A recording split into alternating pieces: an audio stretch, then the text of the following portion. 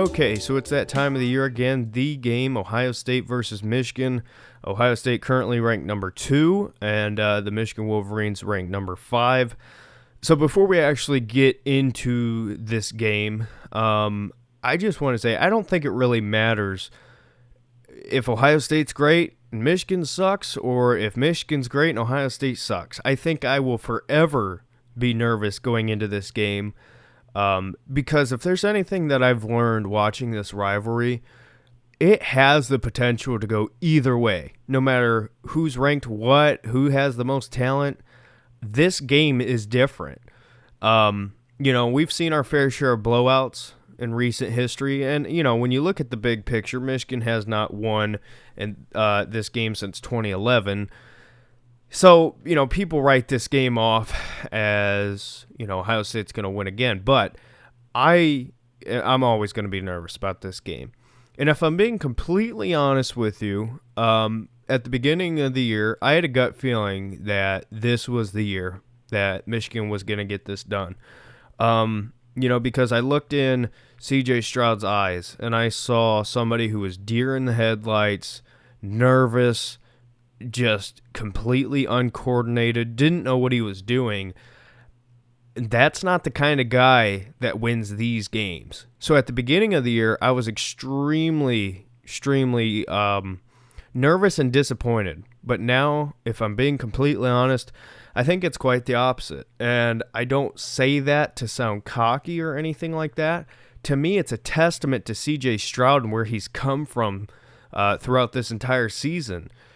Like I said, and this is the thing that annoys me. People on Twitter, especially during the Michigan State game, were like, oh, we're the people who were criticizing C.J. Stroud. It's like, I said that Kyle McCord should have gotten opportunities because C.J. Stroud went from playing like garbage. He looked horrible in the early part of the season to now he's the Heisman Trophy winner. I mean, this is how far we've come with C.J. Stroud. And that's not a negative. That's, to me, just a testament to his improvement as a first-time starter,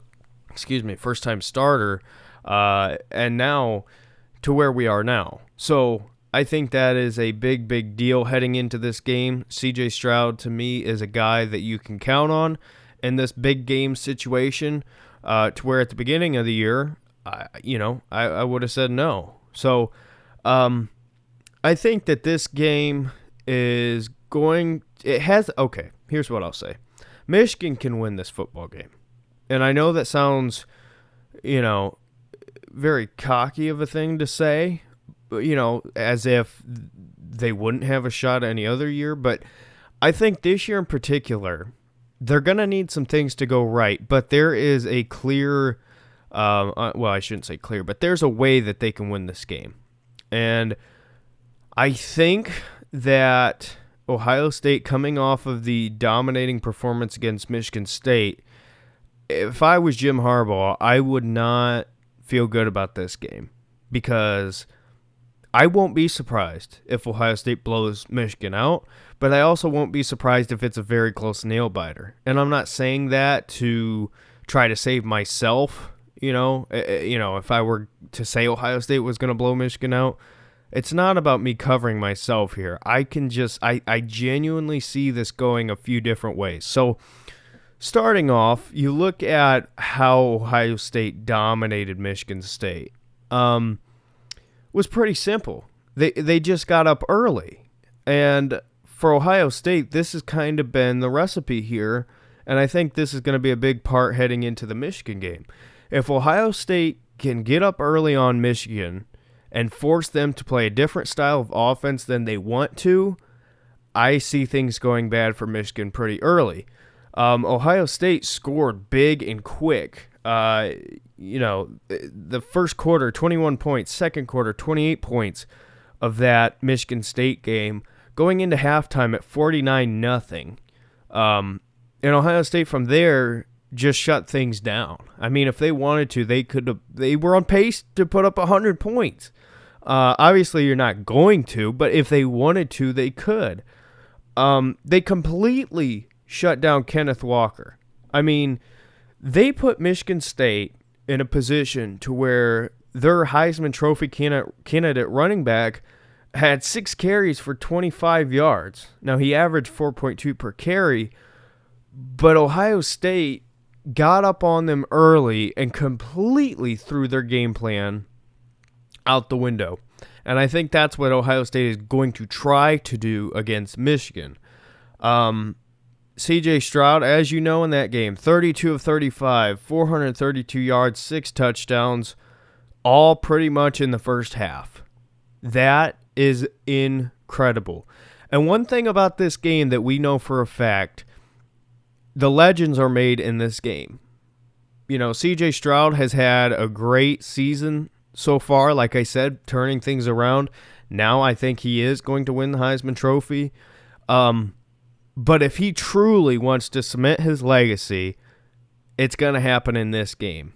And I think it's kind of the same thing we saw with Justin Fields. We'll forever remember him, getting hurt, coming off of the field, and then coming back on in a knee brace, rolling out, touchdown to Garrett Wilson. I mean, it's just stuff like that that makes legends for both of these schools. And you can name a bunch of different guys, but it's just the reality. So I think for Ohio State, again, the game plan, get up early and just stomp on their throat from there. And, they have the weapons to do it. I think this is the reality here, especially going forward and you're looking at a possible matchup with the Georgia defense. Ohio State can hit you from multiple different angles. I mean, everybody wants to talk about the 3 receivers, but Treyvion Henderson is an incredible talent. I think he's going to be one of, if not the best running backs in Ohio State history. And that sounds crazy to say when you look at the long list of superstars that Ohio State has had at the running back position. But, I mean, Treyvion Henderson, what he's doing as a freshman, you can remember J.K. Dobbins, and yes, he looked impressive. Treyvion Henderson looks like he's a junior best running back in college football right now as a freshman. So, Michigan can do all they can to take away the pass game. Okay, it's not like we're just a one-dimensional offense. And you look at the receivers. Yes, the 3 of Chris Olave, Garrett Wilson, and Jackson Smith and Najigba. But people don't even realize behind them, Emeka Egbuka, Julian Fleming, Harrison Jr., there's just so many guys. So many guys that if you went to other teams would be number 1 and number 2 receivers. But I think the kind of quiet, big factor in this game is going to be how Ohio State uses the tight ends. Because Jeremy Rucker is a guy who's now been in many big-time games, and, everybody's focused about taking away the pass game. Ohio State loves to use the tight end screens, gain 5 to 10 yards. And Ohio State will have no problem, if Michigan wants to sell out to stop the pass game, you're not going to focus on the tight ends. So that's one thing I will say to pay attention to on the Ohio State side of things offensively. But again, I think they can hit you from so many different ways, and I think for Michigan fans, that might be the hard reality here. It doesn't really matter what you try to stop. It's going to be hard to completely neutralize this Ohio State offense. They will put up points. But as far as how Michigan can win this game, I think a couple key things. Hutchinson and Ojabo have got to get home consistently. They love to line those 2 up on the same side and kind of overwhelm you. One thing that me and the guy I work with, shout out to Josh if you're watching this, DeJuan Jones, he's huge, right? I mean, this guy is, seeing him in person is incredible because, I mean, he's one of these guys you look at and you go, man, he just looks bigger than everybody else. But then you see him in person and it's like, how is that even a human being? But with that being said, you look at these big tackles and sometimes their technique is not there. And I think that's kind of a situation here with DeJuan Jones. If Michigan wants to line up Aiden Hutchinson, and Ojabo and put them on the same side, Ohio State's going to have to chip and, throw tight end over there and just try to solve this problem because I do see that potentially becoming a problem for Ohio State offensively. Michigan has got to get to C.J. Stroud. That is step one if they're going to be able to stay in this game. You have to get to C.J. Stroud, get him uncomfortable, force him to kind of go back to being that deer in the headlights, get him moving. He doesn't exactly like to run. We've seen him do it at times if he has to. But, step number one for Michigan is get to C.J. Stroud. And Paris Johnson Jr. is a guy who I love, who is a tackle that they currently have playing right guard. So they might try to test that with him, switching to right guard this season. Obviously, I think that's the quiet thing that nobody's talked about, why Ohio State's been so successful this season. This offensive line is full of guys who are tackles playing at guard. And I think they've had time to gel. So, but yeah, step number one for Michigan, you got to get home. You got to get home, disrupt C.J. Stroud, and force Ohio State to kind of play more of a methodical, offense where you're not just dropping bombs downfield like they did in the Michigan State game. Because if that's the game Michigan tries to play with Ohio State, they're not going to win. They have no chance. But if they can get to Stroud, force the offense to, it's hard to say not be as explosive, but you get what I'm saying. That, to me, is the biggest thing. For Michigan offensively, they're going to have to play their brand of football. Cade McNamara is a good quarterback. He's not the guy who you want to completely lean on. Michigan is a team that's going to want to run the football and then open up the pass game off of the run. I'm a Browns fan. It's very Cleveland Browns-esque, except they can actually throw the football, unlike the Cleveland Browns. But anyway, so they're going to want to run the football. Hassan Haskins is a very good running back. He's no Kenneth Walker.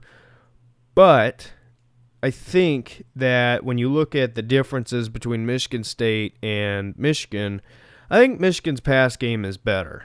And I understand Michigan State was without their best receiver in that game, but I do think that Michigan has the better pass game. But yeah, I think offensively, they've got to play their brand, run the football, balance off the pass game, play keep away, drain that clock. I think that this is the type of game that the longer Michigan can stick around, the better chance they have of winning. It's almost like a Conor McGregor fight. If you can get out of the first round, the longer you stay in, the better chance you have of winning. Because you don't want him swinging hard and fast early, going for those knockout shots. And I think that's what Ohio State is going to try to do. But again, I think Michigan's chance, I think the clear path of winning, number one, you got to get home to C.J. Stroud. Number two, you got to play your brand of football on offense. You have to be effective running the football, and you have to be able to hit on shots passing. You don't want to get into a offensive shootout with Ohio State. And Ohio State's defense has greatly improved. And I think that's the thing here. Everybody is overlooking Ohio State's defense. Their guys that they have, I think the biggest positions to pay attention to in this game on defense for Ohio State, you got to look at the linebackers and you got to look at the safeties. I think what Ronnie Hickman does in this game, as far as filling holes, tackling, the silver bullet, that is going to be huge here. Lathan Ransom is a guy that I think you should pay attention to. I think they're going to try to use him maybe in a different role in this game. And guys like Tommy Eichenberg, got to do your job. I think this is all about, can Ohio State limit the run game, force Michigan to pass more than they want to, and get up early. I think that's easy. That's how Ohio State wins. I think for Michigan, you got to get home defensively, and you got to play your brand of football. So with that being said, my score prediction for this game, it's going to sound bad, but I think Ohio State wins 41-28. Now, I think the reason is because Michigan will play very competitive early. I think it'll be a close game, maybe even going into halftime. But I think that Ohio State's firepower is going to overwhelm Michigan, and I think that's going to be the end. I think this will be a hard-fought fight, and I think, when the game's over, you'll look back at it and say, man, Michigan gave it all they had. It was close for a while, but they could not hang on, and Ohio State just took over. And again, I know that sounds like a big score, and by the way, I know I am biased. I'm an Ohio State student, Ohio State fan, but I think Michigan is overlooked. I think they are a very good football team. But again, I think Ohio State just has way too much firepower, and I think that's the end of Michigan, and I think going forward, people are going to see that heading into the college football playoffs. So we'll see. This could either be a classic, it could be a blowout. I don't know. I can see it going multiple different ways. So with that being said, let me know your thoughts, and we will see you in the next one. Bye.